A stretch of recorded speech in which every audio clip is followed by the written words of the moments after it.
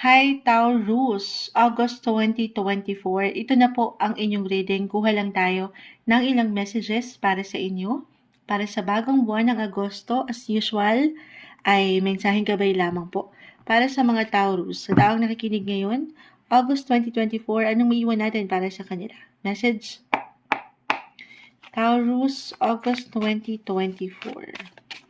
Anong gabay ang kailangan nating iwan? Or maaari nating iwan sa mga taong ito? Taurus, guidance, advice. Okay. Tumalo na, hindi natin ito pipigilan. The Lovers, the Nine of Pentacles, kunin natin itong isa pa. And the Queen of Pentacles. Uy, kaganda naman. Kaganda. Okay. Love, love, love with the Lovers. Balanced naman yung aking nakikita. Ang ganda, mapapasana all ka dito sa ilang barahan na bumagsak. Para sa inyo, Taurus, August. Maybe ito lang din yung pinakamensahe na kailangang marinig ng ilan sa inyo. Dahil sa reality, tayo po ay magkakaiba pa rin ng relasyon, ng posisyon, sitwasyon, puros yun, na wala na kayong dapat dito pang patunayan or higit na pag-alayan nung pag-aalala. Kasi kayo ay minamahal. Okay? Kayo ay napapahalagahan. Ito, punong-puno nung pagmamahal. Kahit pa sa mga panahon, okay, na parang tinetest ang inyong mga pisik, yung inyong mga pasensya. Why I'm getting a message na mayroong parang pressure dito? Gaano man kaganda ang buhay, again, hindi mawawala yung ilang pressure, yung tension na may kaugnayan sa relasyon or pamilya, the Queen of Pentacles. Pero ulitin ko, napapahalagahan ka. Kahit minsan napagtatanong tayo kung meron ba akong halaga. Wow, may hugot. Pero iwas lang kayo dun sa pressure, okay? Or dun sa tension, or even sa conflict for some of you. Yun yung ayaw natin. Andito di ba minsan meron talaga tayong moods. Lahat naman tayo, merong certain moods. Umaangat yung sensitive side or sensitivity. Reversal yung energy bilang the Lovers po ay narito. Queen of Pentacles, ito yung pagiging queenly mo, provider, breadwinner for some of you sa pamilya or sa trabaho. Nine of Pentacles. Merong mood. At bakit nga ba nagkakaroon ng emotional sensitivity?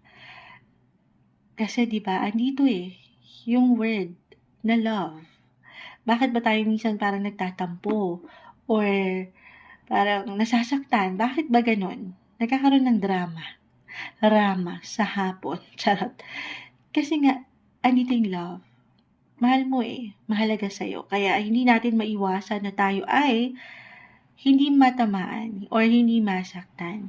Pero hindi mo kailangan yung laliman daw po. Okay? Again, ulitin ko, ikaw ay pinapahalagahan. Minamahal na appreciate kahit pa sa mga panahon na sa palagay mo, pakiramdam mo ay parang hindi ka nakikita o hindi nakikita yung efforts mo. Hindi po yun nababalawala. Trabaho man, relasyon, may bunga guys. Nine of Pentacles. This is a great sign na mayroong parating na bunga. Namumunga ka, umuusad ka, mayroong progress. May improvement. Money, relationship, work, lahat na andito, hindi na babalewala. Ano man yung love language mo. Pwedeng act of service ito, or pagdating sa paraan mo kung paano ka nagsasalita, nagpapahayag ng iyong damdamin, hindi yan nababalewala. Merong resulta po. Gaano man kabagal minsan ang buhay. Pero if ever mag-apply yung tension or even conflict for some of you, may pagkaklaro dito, okay? May tulong, may suporta, may solusyon, may fruition. Ayan, may bunga. Nine of Pentacles, this is a great sign na malalagpasan ano man yan dahil merong merong mag-iiwan ng influence, positive possibilities, merong iahain sa inyo ang universe na magagandang posibilidad. Lalo pa kung hindi kayo sumuko, okay? Lalo pa kung nagtuloy lang din naman kayo, lumaban lang din kayo. Kaya man hindi naging perpekto ang mga bagay-bagay. Nagiging malalim si Moonchild samantalang kaganda naman ang mga bumagsak sa inyo. Pero ito na, iwas sa stress. Kasi baka yung stress level ay medyo maging dramatic. Your feelings are valid, Taurus. At itong tao rin sa inyong paligid, lagi yung tatandaan, reversal tayo. So, kalma, pag-unawa. Sabi nga nila ang mga bagay-bagay naman ay naidadaan sa mabuting usapan.